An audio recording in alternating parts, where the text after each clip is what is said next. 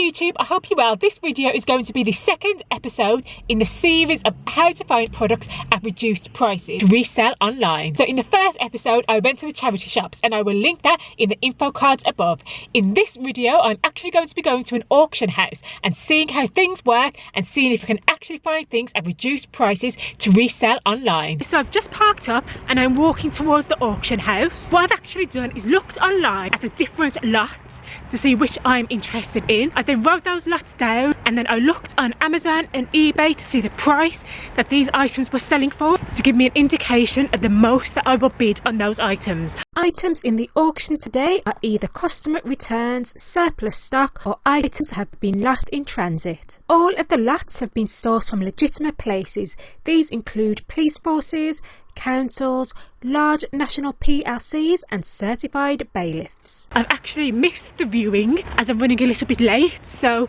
it will be a bit of a punt if I do actually buy anything, but come along and I'll show you what it looks like inside the auction house. From £60 it goes at 260, 260. I ask 32, get 32, 35, yes, 38.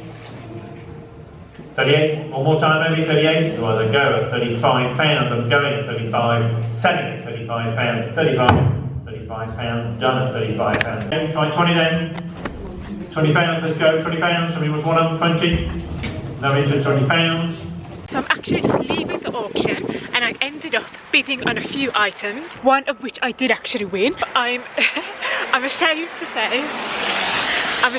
say that I actually got into a bidding war where I got a bit carried away, but I think these things can happen. The lot that I won came to about £190 fees and I'm going to actually collect it tomorrow. This is one of the items from within the lot that I have purchased. What I'm going to do is hop over to Amazon and check out the selling price for this item. The item on Amazon is selling for $139.95 and there are 2 FBA sellers and it is ranked 516,000 in toys and games, which is slightly high. I'm going to click in and check the sales history for this item. Looking at the keeper graph, I can see that when this item was originally listed on Amazon, it did make quite a few sales between 2015 to 2018, but I'm going to look at the more recent history. So in the last year I can see this item potentially had one sale here, which isn't the greatest. Popping over to BuyBot Pro, I can see that if I sold this item there will be a good profit margin and good return on investment. I can also see there are 2 FBA sellers on the listing and both have 1 item each in stock.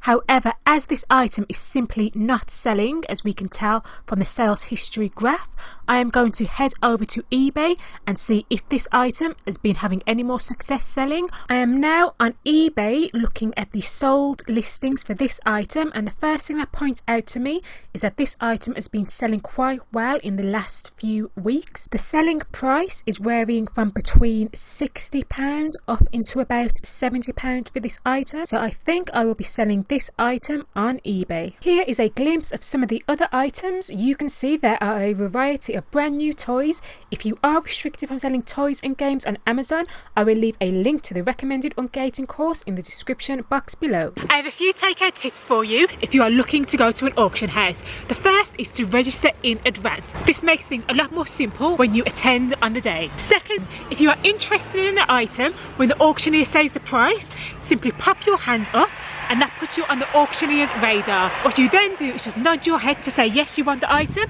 or shake your head to say no.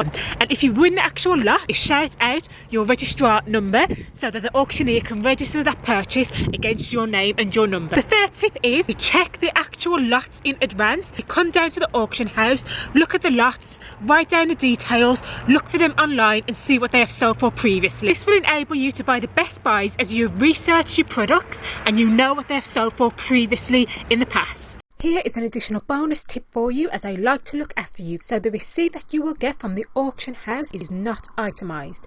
This means that it is very generic and just says the lot that you purchased and the price you purchased it for. Therefore, I would advise that if you purchase items from an auction to resell on either eBay or another platform but not Amazon. This is to protect your account, as if you get any counterfeit claims against your Amazon account and Amazon asks for a receipt detailing where you purchased the item item from, you will not be able to provide sufficient evidence that proves that you purchased these items from a legitimate place. Therefore, if you purchase items from an auction house, I would advise not to sell these on Amazon. Final bonus tip is to find an auction house near you. It's all about location, location, location. The reason for this is that you actually want to inspect the lots before you purchase them. Additionally, this will save on any postage fees to get the lots to you. Therefore, to find auction houses near you, simply type into Google auction houses near me and a list will appear. They are just some takeout tips for my day at the auction house. I'll also leave a link below in the description box to a free PDF. This will give you further tips if you're looking